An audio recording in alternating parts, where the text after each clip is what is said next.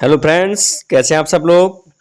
तो आज हम पढ़ेंगे पेपर 2 सीटेट यूपीटेट साइंस, जो कि हमारी 30 नंबर की साइंस आती है और 30 नंबर का मैथ आता है।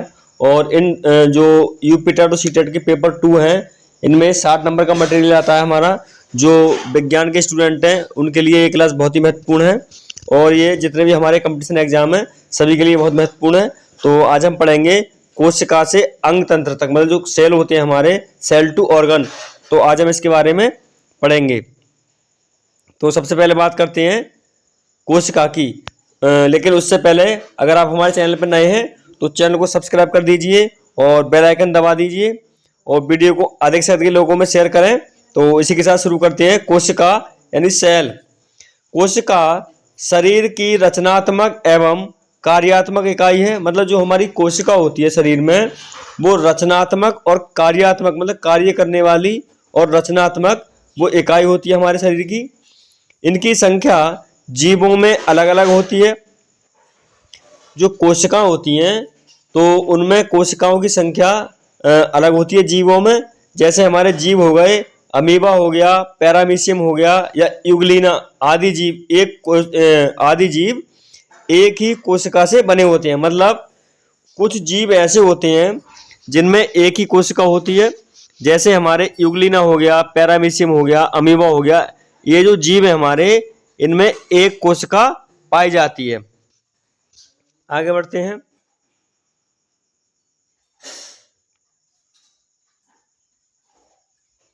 ये एक कोशिक जीव कहलाते हैं। मतलब जिनमें एक कोशिका पाई जाती है वो एक कोशिक जीव कहलाते हैं।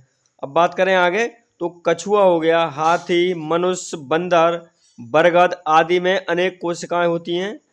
ये बहुकोशिक जीव कहलाते हैं। मतलब पैरामीशियम, यूग्लिना और आपका अमीबा, ये जो जीव है हमारे, ये एक कोश की जीव कहलाते हैं। लेकिन कछुआ, हाथी, मनुष्य, बंदर, बरगद, इनमें अनेक कोशिकाएं होती हैं, तो ये बहुकोशीय जीव कहलाते हैं या बहुकोशिक जीव कहलाते हैं। अगला है हमारा, इसी का पॉइंट है, जीवों के शरीर को बनाने वाली सबसे छोटी इकाई कोशिका होती है। मतलब जो जीवों का शरीर बनता है, जितने भी जीव हमारे, मतलब विभिन्न टाइप के जीव, तो उनकी जो बॉडी बनती है, शरीर बनता है, तो वो कोशिकाओं के द्वारा बनता है। उस जीवों के शरीर को बनाने वाली सबसे जो छोटी इकाई है वो कोशिका है, यानी सेल। सेल के द्वारा ही शरीर का निर्माण होता है। और सबसे बड़ी जो कोशिका होती है वो शुतुरमुर्ग पक्षी होता है, उसका अंडा होता है। मतलब इससे बड़ा अंडा जो है किसी पक्षी का नहीं होता, और इस की सबसे बड़ी कोशिका होती है। सबसे छोटी कोशिका माइकोप्लाज्मा नामक जीव की होती है। ये हमें याद रखना है। सबसे छोटी जो कोशिका होती है वो हमारी माइकोप्लाज्मा नामक एक जीव होता है, उसकी होती है। और सबसे बड़ी जो कोशिका होती है वो शुतुरमुर्ग के अंडे की कोशिका होती है। सबसे लंबी कोशिका तंत्रिका कोशिका होती है, जो 1 मीटर तक लंबी हो सकती है। मतलब जो हमारी तंत्रिका तंत्र होती है, तो जो तंत्रिका कोशिका होती है वो हमारी 1 मीटर लंबी हो सकती है। ये सबसे लंबी कोशिका होती है जो तंत्रिका कोशिका होती है। तंत्रिका कोशिका सबसे लंबी होती है और इसकी लंबाई लगभग 1 मीटर लंबी हो जाती है, या 1 मीटर लंबी हो सकती है। आगे बढ़ते हैं। अगला आता है हमारा कोशिका की संरचना। मतलब इसकी संरचना कैसे होती है, सेल स्ट्रक्चर। मतलब ये बनती कैसे, तो इसकी क्या संरचना है। जो हमारे वैज्ञानिक थे, मतलब जिन्होंने इसे खोजा था, रॉबर्ट हुक के द्वारा इसका आविष्कार किया गया। मतलब उन्होंने सर्वप्रथम इसका प्रतिपादन किया और सूक्ष्मदर्शी द्वारा इसे देखा गया। देखते हैं उन्होंने क्या कहा। कोशिका का अध्ययन सर्वप्रथम वैज्ञानिक रॉबर्ट हुक ने सन 1665 में किया था। इन्होंने स्वयं के बनाए हुए सूक्ष्मदर्शी से कोशिका को देखा था। मतलब ये जो वैज्ञानिक थे रॉबर्ट हुक, इन्होंने एक माइक्रोस्कोप बनाया और इन्होंने स्वयं के बनाए हुए माइक्रोस्कोप से कोशिका को देखा था 1665 ईस्वी में। अगला है हमारा सामान्यतः एक कोशिका में कोशिका झिल्ली, केंद्रक तथा कोशिका द्रव्य नामक 3 भाग होते हैं। मतलब जो हमारी कोशिका होती है उसमें क्या होता है, कोशिका झिल्ली होती है, केंद्रक होता है सेंट्रिज्म, और एक कोशिका द्रव नामक द्रव होता है, कोशिका नामक द्रव, तथा इसके 3 भाग होते हैं। मतलब ये 3 भागों में डिवाइड होती है, कोशिका झिल्ली, केंद्रक और कोशिका द्रव। ये 3 भाग जो हैं ये कोशिका के होते हैं, कोशिका झिल्ली, केंद्रक तथा कोशिका द्रव। साथ ही कोशिका द्रव में अनेक छोटी छोटी रचनाएं भी दिखाई देती हैं जिन्हें कोशिकांग कहते हैं। मतलब इसके साथ क्या होता है, जो हमारा कोशिका द्रव होता है इसमें बहुत सारी छोटी छोटी रचनाएं दिखाई देती हैं, तो उन्हें कहते हैं हम कोशिकांग। संरचनात्मक दृष्टि से पौधे एवं जंतुओं की कोशिकाएं अलग अलग प्रकार की होती हैं। जो हमारी संरचनात्मक दृष्टि है तो उससे जो उसके अकॉर्डिंग अगर हम देखें संरचना के अकॉर्डिंग, तो पौधे और जंतुओं की जो कोशिकाएं होती हैं वो दोनों की अलग अलग होती हैं, क्योंकि पौधों में और जंतुओं में बहुत डिफरेंस होता है। इसी कारण इनकी जो कोशिकाएं हैं वो भिन्न भिन्न टाइप की होती हैं। प्रमुख कोशिकांग एवं उनके कार्य, major cell organelles and their function. मतलब जो हमारे कोशिकांग हैं और उनके जो कार्य हैं वो हमें देखने हैं। अब तो सबसे पहला है हमारा कोशिका झिल्ली, सेल मेम्ब्रेन। मतलब कोशिका झिल्ली को सेल मेम्ब्रेन भी कहते हैं। ये प्रत्येक कोशिका में चारों ओर पाई जाने वाली झिल्ली है जो कोशिका को स्थिर रखती है। मतलब ये एक ऐसी झिल्ली है, कोशिका झिल्ली, जो हमारी सेल होती है, कोशिका होती है, उसके चारों ओर पाई जाती है ये। और ये जो हमारी कोशिका होती है तो झिल्ली का काम है उसे स्थिर रखना, मतलब एक जगह उसे रखना। ये जो है कोशिका झिल्ली का काम है कि कोशिका को चारों ओर से घेरे रखे और उसे एक जगह स्थिर रखे, तथा कोशिका के अंदर बाहर पदार्थों के आदान प्रदान को नियंत्रित करती है। मतलब जो कोशिका के अंदर पदार्थ जाता है आता है उसका जो निर्धारण है, नियंत्रण है, वो इसी के द्वारा होता है।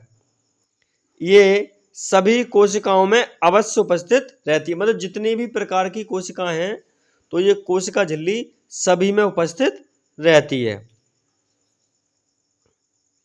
अगला है हमारा कोशिका भित्ति, सेल वॉल।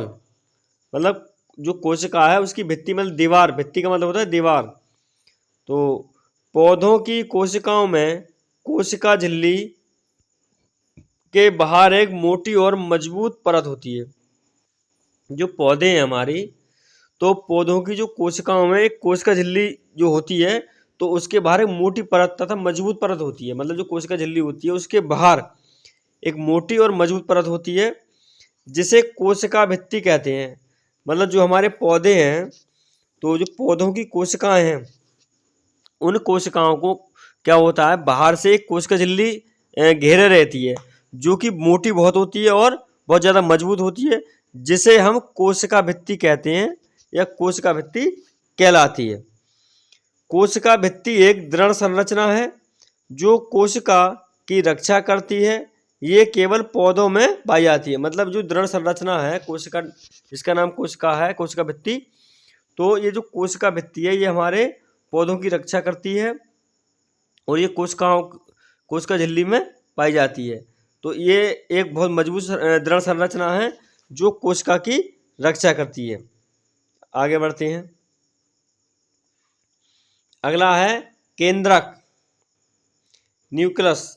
ये कोशिका का सबसे महत्वपूर्ण कोशिकांग है। मतलब जो केंद्रक होता है हमारा, ये कोशिका का सबसे महत्वपूर्ण कोशिकांग होता है जो सामान्यतया जंतु कोशिका के मध्य में होता है। मतलब जो जंतु कोशिकाएं होती, जंतुओं में जो कोशिकाएं होती हैं तो ये जो केंद्रक होता है उनके मध्य में होता है जंतु कोशिकाएं जो होती हैं।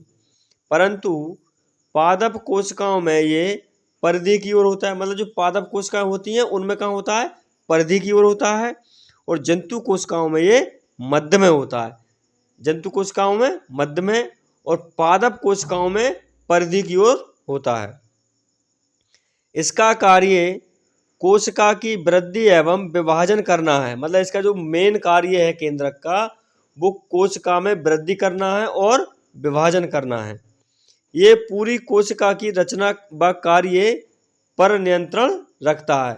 मतलब जो कोशिका की जो रचना होती है और उसके जो कार्य होते हैं, तो केंद्रक का पूरा उस पर नियंत्रण होता है।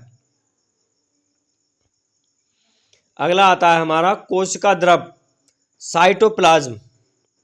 जो कोशिका द्रव्य हमारा वो होता है साइटोप्लाज्म।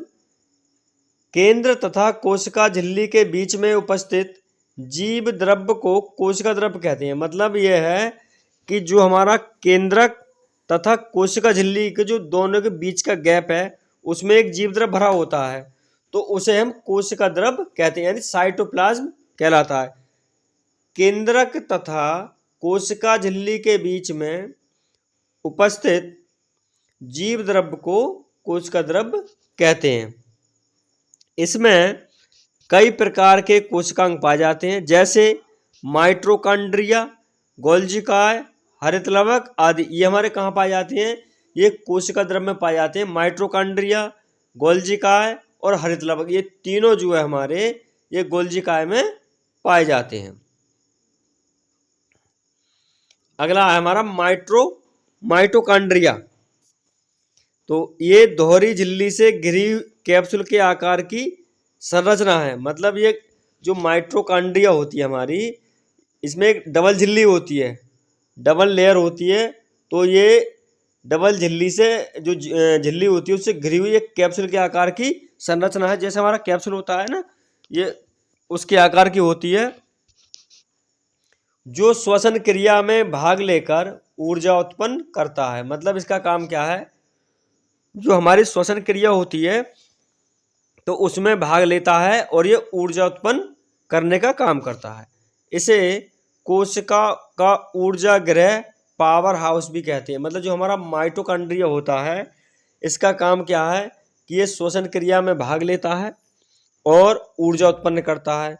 तो इसे कोशिका का ऊर्जा गृह भी कहते हैं या पावर हाउस भी कहते हैं। कभी कभी ये क्वेश्चन आता है कि पावर हाउस किसे कहते हैं, तो जो माइटोकॉन्ड्रिया का पावर हाउस ये कहलाएगा। ये जो हमारा होता है माइटोकॉन्ड्रिया, जो हमारा ये पावर हाउस कहलाता है एक तरह से।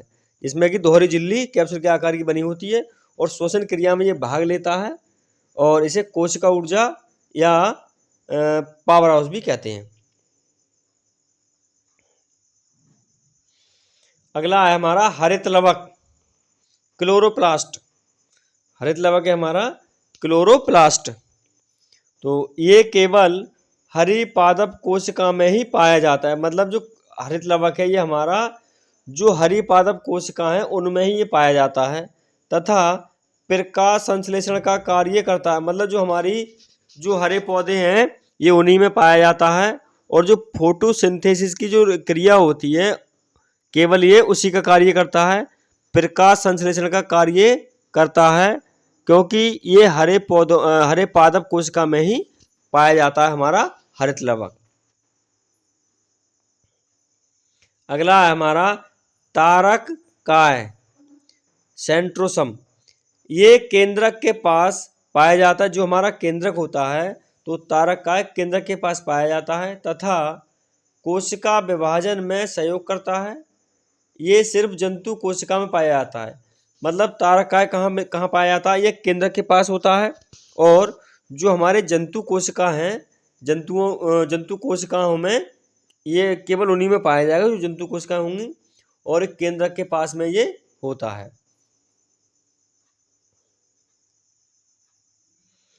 अगला है हमारा रिक्तिका यानी वैक्यूल।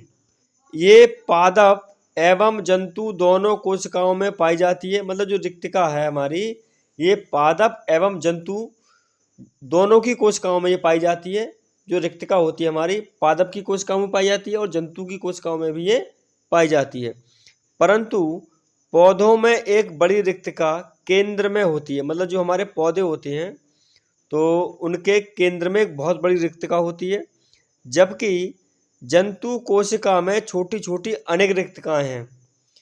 लेकिन जो जंतु होते हैं, जंतु कोशिकाएं होती हैं, जंतु की कोशिकाएं, तो उनमें क्या होता है, छोटी छोटी रिक्तकाएं होती हैं। लेकिन जो हमारे पौधे होते हैं, तो पादप पौधे जो होती हैं, तो इनमें एक बड़ी रिक्तका केंद्र में होती है, जबकि जंतु कोशिकाओं में छोटी छोटी अनेक रिक्तकाएं होती हैं। कोशिका में बिखरी होती हैं।